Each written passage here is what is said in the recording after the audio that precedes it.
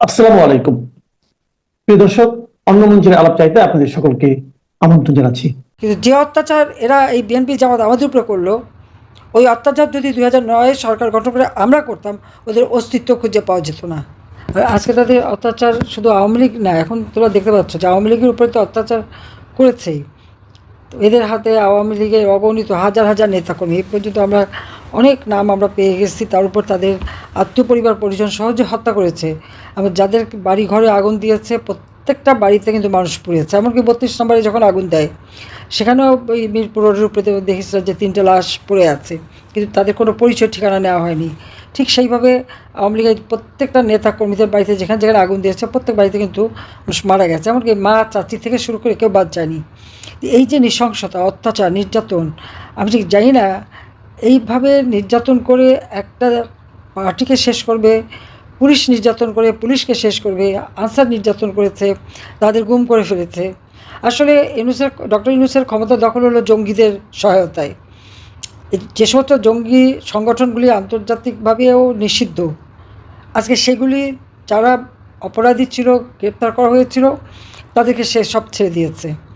তার এই মেটিকুলাসলি ডিজাইনের মাধ্যমে বাংলাদেশের মুক্ত চিন্তা, স্বাধীনভাবে কথা বলা, স্বাধীনভাবে চলা, নারীদের অধিকার, শিশুদের অধিকার, যুব সমাজের অধিকার সবই কেড়ে নিয়েছে।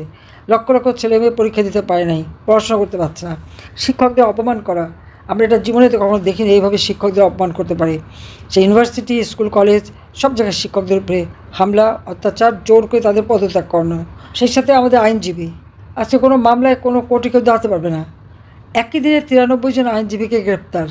এটা বাংলাদেশে কবে ঘটেছে? ডক্টর ইউনূসের আমলে।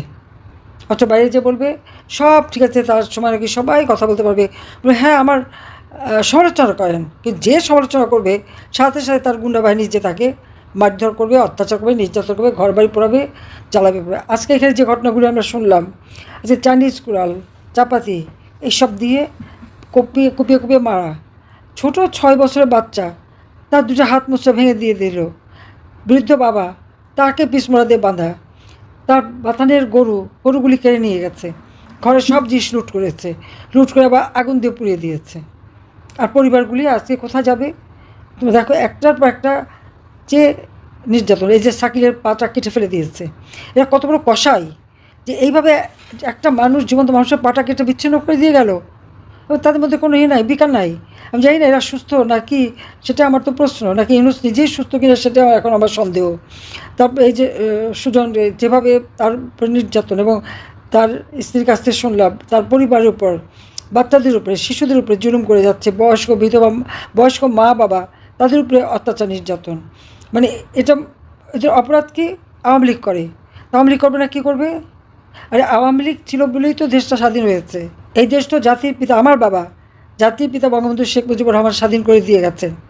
আর এই স্বাধীনতা সংগ্রামে আওয়ামী লীগ অগ্রণী ভূমিকা পালন করেছে। এদেশের ভাষা আন্দোলন, এদেশের স্বাধীনতা, দেশের উন্নয়ন, স্বল্পোন্নত দেশ জাতির পিতা করে গিয়েছিলেন, তারই পদাঙ্ক অনুসরণ করে আমি বাংলাদেশকে উন্নয়নশীল দেশের মর্যাদায় উন্নীত করেছি। আজকে সারা বাংলাদেশে উন্নয়ন ছোঁয়া, ঘরে ঘরে বিদ্যুৎ, রাস্তাঘাট, পুলবি সব আমার করে দেওয়া। আজকে সব ধ্বংস, সব কিছু ধ্বংস করার জন্য উঠে পড়ে লেগে যাচ্ছে। আমি তো কাউকে হত্যা করিনি। এই যে আবু সাইদ মুগ্ধ টুগ্ধ হতে কারা হত্যা করেছে? তো সব ইউনূসের মেটিকুলাসলি ডিজাইনে হত্যা করা হয়েছে। আচ্ছা, আমার নামে বলা হয় তাকে হত্যা করা, আমি কেন হত্যা করতে যাব? আমি মানুষের যান বাঁচাই। আমি 10 লক্ষ রোহিঙ্গাকে আশ্রয় দিয়েছি, চিকিৎসা করেছি। 40,000 মহিলা প্রেগনেন্ট ছিল, অন্তঃসত্ত্বা, তাদের প্রত্যেকের চিকিৎসা এবং বাচ্চা যাতে নিরাপদে হয় সে ব্যবস্থা আমি করে দিয়েছি। প্রথম কয়েক মাস তো কোনো সাহায্য ছিল না। তা আমি কেন মানুষ খুন করতে যাব? আর আমি তো জানি আমার বাবা মা ভাই সব হারিয়েছি। আমি যখন রাষ্ট্র পরিচালনা করি, আমি তো দল দেখি না। ভূমিহীনদের মাঝে ঘর দিয়েছি, দল করে সেটা দেখিনি। 1 কোটি পারিবারিক কার্ড দিয়েছি যাতে স্বল্প মূল্যে খাবার কিনতে পারি। সেখানে কি দলবাজি করেছি? প্রথমে বললো দলবাজি করেছি, হিসাব করলো কি 43 জন নাকি আওয়ামী লীগের, 43 লক্ষ হচ্ছে আওয়ামী লীগের সাপোর্টার। তাই তারা বাদ কেন? তারা এদেশের নাগরিক না? তারা মানুষ না? যদি 43 লক্ষ আওয়ামী লীগের হয়, তা আর 57 লক্ষ তো অন্য দলের, তারা তো আওয়ামী লীগের না। তা আমি তো তাদের পারিবারিক কার্ড দিয়েছি। সেখানে কই আমার দলের লোক তো বেশি না?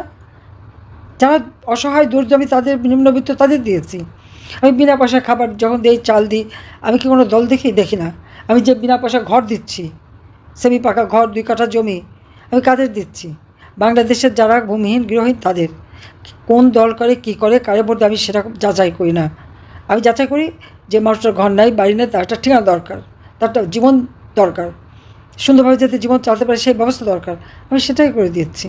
এই যে বস্তিবাসীদের জন্য আমি ফ্ল্যাট নির্মাণ করে দিয়েছি, রিক্সাওয়ালা থেকে শুরু করে অনেকেই, প্রায় 300 পরিবারকে দিয়েছিলাম পর্যায়ক্রমিকভাবে, সবাইকে করে দেওয়ার কথা।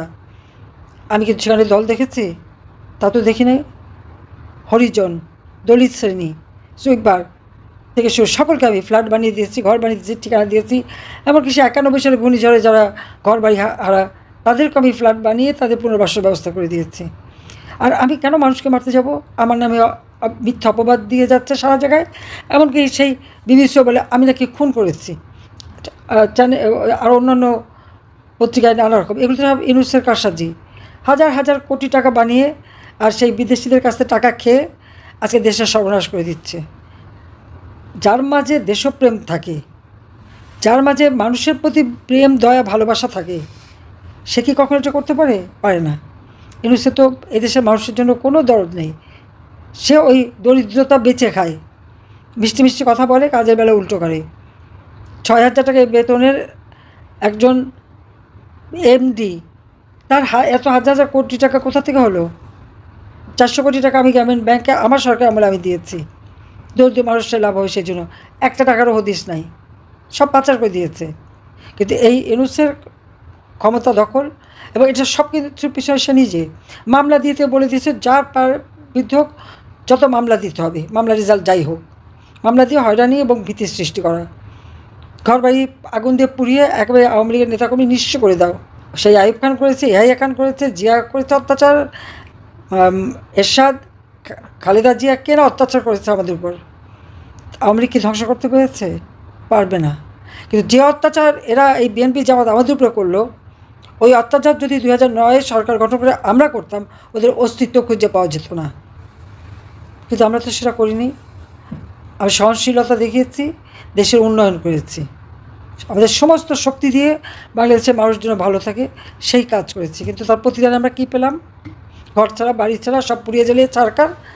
যে আওয়ামী লীগের নেতাকর্মীরা মুক্তিযোদ্ধা, আন্দোলন করেছে, যুদ্ধ করেছে, বিজয় নিয়ে দিয়েছে, আজকে তাদের হাতে হাত করা, আজকে তাদের হাতে হাত করা।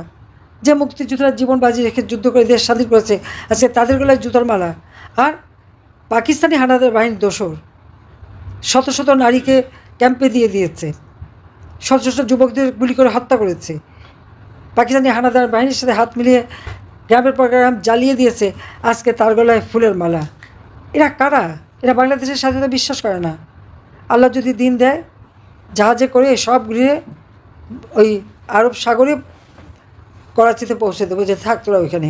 তারাও নেবে না, এই যে এই ভেজাল জিনিস, ঝামেলার জিনিসকে তারাও নেবে কিনা সন্দেহ। তবুও তাদের ওই পাকিস্তান পাঠাতে হবে, বাংলার মাটিতে এদের ঠাঁই হবে না। আজকে আওয়ামী লীগ খারাপ, বঙ্গবন্ধু খারাপ, কথা কথা বঙ্গবন্ধুকে অপমান করা, সেই 32 নম্বর পুড়িয়ে দেওয়া, আবার বলে টুঙ্গিপাড়াও নাকি ধ্বংস করবে। এক মাখে শীত যায় না, এটাও তাদের মনে রাখা উচিত। যে যে অপমান করছে সব মনে আছে, কড়াই গন্ডা হিসাব নেওয়া হবে। আর এক দুর্নীতিবাজ বসছে, দুর্নীতি দমন কমিশনের চেয়ারম্যান, ছেলে মেয়ে সবাইকে উত্ত্যক্ত করে ছাড়ছে, মিথ্যা অপবাদ দিচ্ছে। আর তার নিজের যে কত দুর্নীতির হিসাবে, বিমানের কত টাকা মেরে আসছে, সব হিসাব আছে। এগুলো সমস্ত প্রচার করা হবে।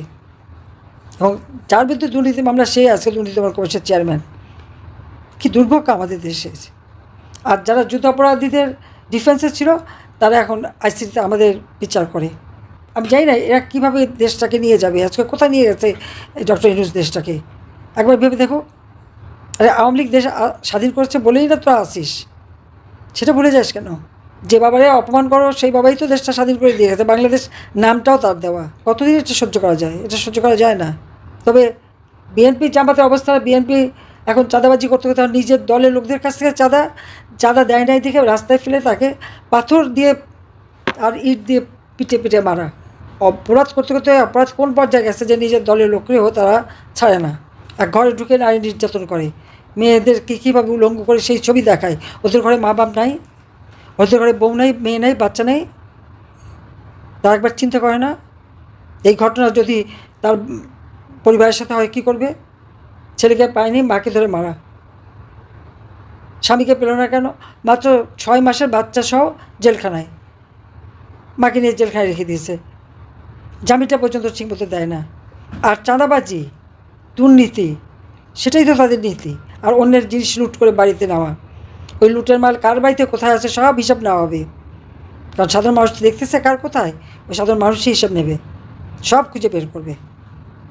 আমাদের তো সব কিছু আমরা হারিয়েছি, হারাবারও কিছু নাই, পাওয়ারও কিছু নাই। তবে যে অন্যায় অবিচার বাংলাদেশের মানুষের উপর চলছে, তার সুব্যবস্থা আমরা করব এবং এর বিচার ইনশাল্লাহ করব। সেই জন্যই তো আল্লাহ বাঁচিয়ে দেয় বারবার। আল্লাহ প্রত্যেকবার বাঁচায় আর প্রত্যেকবার আমার হাত থেকে একটা কাজ করায়। এবারও এই কাজটাই আমাকে করাবে, সেই জন্য আমাকে বাঁচিয়ে রেখেছে। কাজে যারা আজকে স্বজন হারিয়ে এখানে আসছেন, যারা আজকে নির্যাতিত হয়েছেন, ধৈর্য ধরেন, ইনশাল্লাহ দিন ফিরবে। এতদিন এইরকম অত্যাচার এগুলি আল্লাহ সহ্য করবে না। আজকে সারা বিশ্বের কাছে বাংলাদেশকে একটা জঙ্গি রাষ্ট্রে পরিণত করেছে এই জঙ্গি ইউনূস। সন্ত্রাস জঙ্গি সব ছেড়ে দিয়ে আওয়ামী লীগের নেতাকর্মীদের নিয়ে জেলখানায়, আর তাদেরকে হাত করা পড়ায় তারা থানায় আনে। অপমানের একটা সীমা থাকে, এই অপমান কেউ ভুলবে না, এটা তাদের মনে রাখা উচিত। তো সবাই ভালো থাকেন, সুস্থ থাকেন, এর বিচার ইনশাল্লাহ হবে, দিন ফিরবে। আর সেদিন বেশি দূরে না। খোদা হাফিজ। জয় বাংলা, জয় বঙ্গবন্ধু, বাংলাদেশ চিরজীবী হোক।